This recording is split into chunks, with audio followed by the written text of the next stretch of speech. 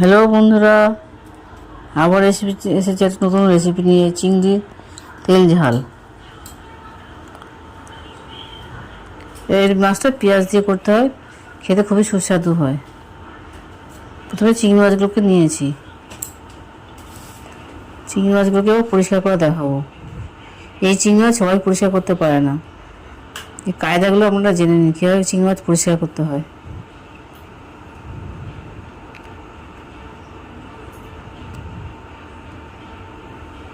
চিংড়ি মাছের মাথাতে যত নোংরা থাকে, প্রথমে ছাড়িয়ে নেবেন।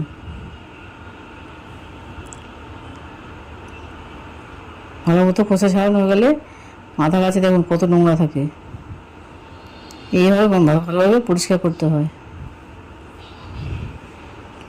এই ভালোভাবে পরিষ্কার না করে কত নোংরা বেরোচ্ছে, পেট খারাপ হওয়ার লক্ষণ। এগুলো পরিষ্কার করে খাবেন। চিংড়ি মাছে অনেকেই অ্যালার্জি হয়, এভাবে যদি পরিষ্কার করে খান তাহলে চিংড়ি মাছে অ্যালার্জিও হবে না।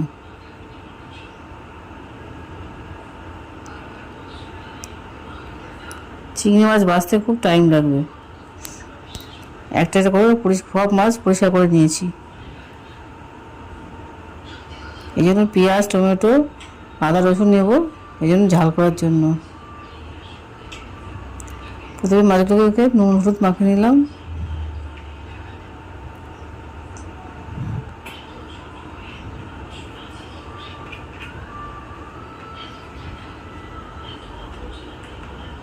কড়াইতে এবার তেল দিয়ে দিয়েছি। বেশি করে তেল দেবেন। আর চিংড়ি মাছগুলোকে এবার এক এক করে ভাজবো।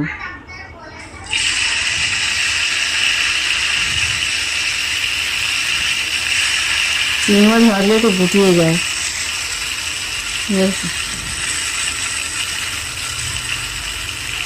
এইভাবে উল্টো পাল্টে সমস্ত চিংড়িগুলোকে ভেজে দিচ্ছি আমি। দিয়ে পেঁয়াজগুলোকে কুচিয়ে নেবো। পেঁয়াজ আদা রসুনগুলোকে ঘষে নেব।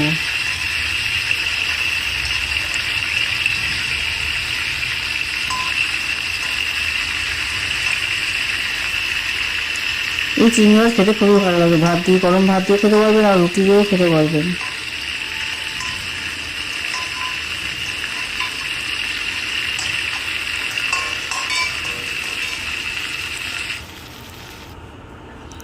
ভাজা হয়ে গেছে, আমি চিংড়ি মাছগুলোকে তুলে নিচ্ছি।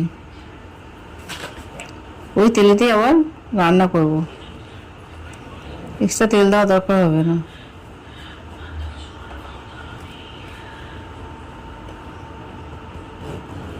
পেঁয়াজ আদা রসুন মিক্সিতে পেস্ট করবো না, এটাকে কুচিয়ে নেব।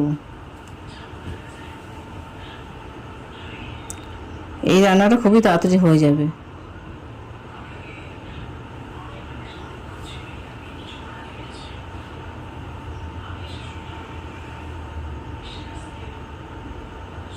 চিংড়ি মাছ বেশি করে ভাজার দরকার নেই, বেশি ভাজলে কড়া কড়া হয়ে যাবে, নরম থাকবে না। আদা রসুন আমি ঘষে নিলাম।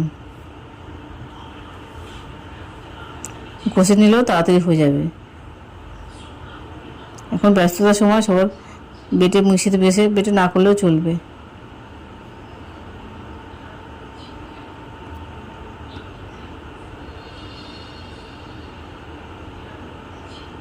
অল্প আদা দিয়ে দিচ্ছি,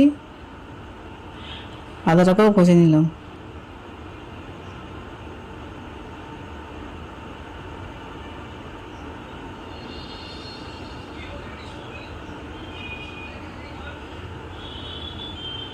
এইভাবে রান্না করলে তাড়াতাড়ি রান্না হয়ে যাবে, চটপট রান্না করা হয়ে যাবে।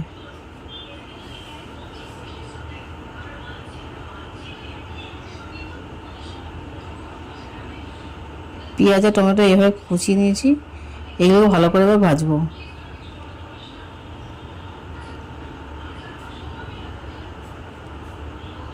প্রথমে পেঁয়াজগুলোকে দিয়ে দিলাম,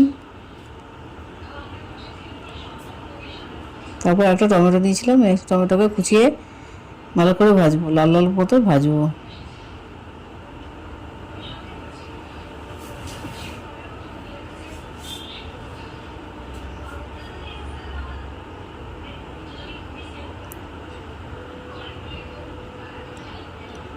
নাড়তে নাড়তেই পেঁয়াজ টমেটোগুলো নরম হয়ে আসবে।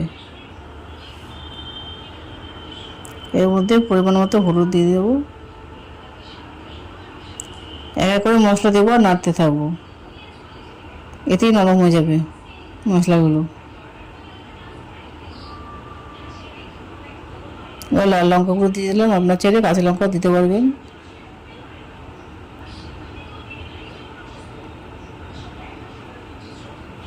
আদা বাটা রসুন বাটাটা আবার দিয়ে দিলাম। সবগুলো এক এক করে সব মশলাগুলো দিয়ে দিয়েছি, আর কিছু মশলা দেওয়ার প্রয়োজন পড়বে না।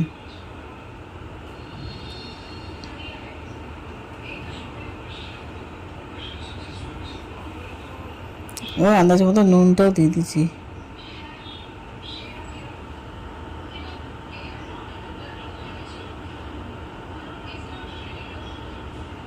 প্রায় শুকিয়ে এসে এবার পরিমাণ মতো জল দিয়ে দেবো।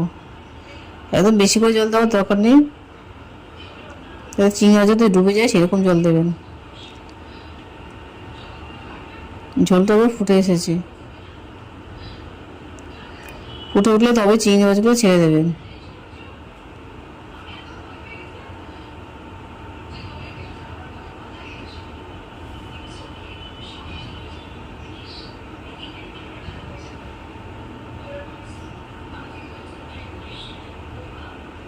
সমস্ত চিংড়িগুলো দিয়ে দিলাম।